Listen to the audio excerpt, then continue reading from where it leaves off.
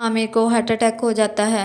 आर्या और आसिया उसे हॉस्पिटल लेकर जाती हैं। आसिफ मुबशरा को कहता है अब जैद कभी नहीं आएगा, मैं तुमसे बहुत शर्मिंदा हूँ। जैद आर्या के घर जाता है, वहाँ लॉक लगा होता है। वो किसी मोहल्ले में पूछता है कि ये लोग कहाँ हैं, तो वो बताते हैं आमिर भाई की तबीयत ठीक नहीं है, वो हॉस्पिटल है। इस वाले आसिफ के पास आते हैं और कहते हैं आपके खिलाफ आपके बेटे ने रिपोर्ट दर्ज करवाई है और उन्होंने कहा है अगर हमने उनकी बात ना मानी तो वो कोर्ट जाएंगे। आसिफ कहता है ज़्यादा आया और तुम लोग मेरे घर तक पहुंच गए। वो उन्हें एक एनवलप में पैसे देता है और वो चुप करके उठ के चले जाते हैं। मुबशरा कहती है ये आर्या तो बहुत तेज निकली, आपके बेटे को आपके खिलाफ कर दिया। ज़ैद पूछता है क्या हुआ है। आर्या कहती है मेरे भाई को हार्ट अटैक हुआ है, ये सब तुम्हारी वजह से, तुम्हारे डैड की वजह से हुआ है। उन्हें इतना टॉर्चर किया कि हॉस्पिटल तक पहुंचा दिया। मेरी मोहब्बत की सजा मेरे भाई को भुगतनी पड़ रही है। तुम दफा क्यों नहीं हो जाते मेरी जिंदगी से। डॉक्टर आकर बताता है हमने उन्हें बचाने की बहुत कोशिश की लेकिन हम उन्हें नहीं बचा सके। आर्या कहती है मार दिया तुम लोगों ने मेरे भाई को, आओ मेरे भाई का मरता हुआ चेहरा देखो, नहीं देख सकते तो दफा हो जाओ यहाँ से। आसिया को कुछ दिन पहले की बात याद आती है। आमिर नमाज पढ़ने जा रहा होता है। आसिया कहती 2 दिन का राशन रह गया है। आमिर कहता है जो सारी सेविंग्स थी वो बिल में चली गई, मैं किसी से उधार लेता हूँ। आर्या कहती है भाभी मेरा जेवर बेच दें, कुछ मंथ गुजर जाएंगे।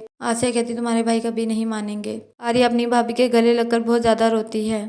फिर आसिया को याद आता है कि आमिर घर वापस आ गया था, लोगों ने उसे इतने सवाल किए थे कि वो नमाज नहीं पढ़ सका था। आर्या पूछती है बिल कितना है, तो बताते हैं 70,000। आर्या अपने भाई के दोस्त जिशान को कॉल करती है कि तभी वहाँ पर ज़ैद आ जाता है। ज़ैद कहता है मैंने एम्बुलेंस मंगवा ली है, आओ चले। आर्या कहती मेरा भाई है, मैं खुद मंगवा लूंगी, तुम कौन होते हो, जाओ यहाँ से। तुम लोगों ने मेरे भाई की जान तो ले लिया और अब क्या चाहते हो। मुबशरा 2 ड्रेस मंगवाती है और ज़ैद को कहती है हमारा बिजनेस डिनर है, आपको जाना होगा। ज़ैद कहता है मैं तुम्हारी चॉइस का कभी कुछ नहीं पहनूंगा। मुबशरा कहती है मैं मोहिब को जो देती थी वो पहन लेता था। ज़ैद कहता है मुझे मोहिब का नंबर दो, इस पागलपन की हद तक पहुंचाने वाला वही इंसान है तुम्हें। मुबशरा कहती है तुमने मेरा पागलपन देखा नहीं है। ज़ैद कहता है सीरियसली तुमने भी नहीं देखा। मुबशरा ज़ैद के बारे में सोच रही होती है और आसिफ को कहती है अंकल आए हम ज़ैद को लेने चलते हैं। ज़ैद मुबशरा को देखता है तो कहता है आर्या के भाई की डेथ हो गई है तुम लोगों की वजह से, और ये मैयत वाला घर है, मैं यहाँ तमाशा नहीं चाहता, चली जाओ यहाँ से। मुबशरा आसिफ को आकर बताती है कि आर्या के भाई की डेथ हो गई है और ज़ैद बहुत गुस्से में आप मत जाइएगा, वो आपको कुछ कह देगा। आर्या और आसिया आमिर के लिए बहुत ज्यादा रो रही होती हैं। ज़ैद और कुछ लोग और आमिर की मैयत को ले जाते हैं तदफीन के लिए। ज़ैद कहता है मैं खाना लेकर आया हूँ। आर्या कहती है जो चंद लोग थे वो भी चले गए हैं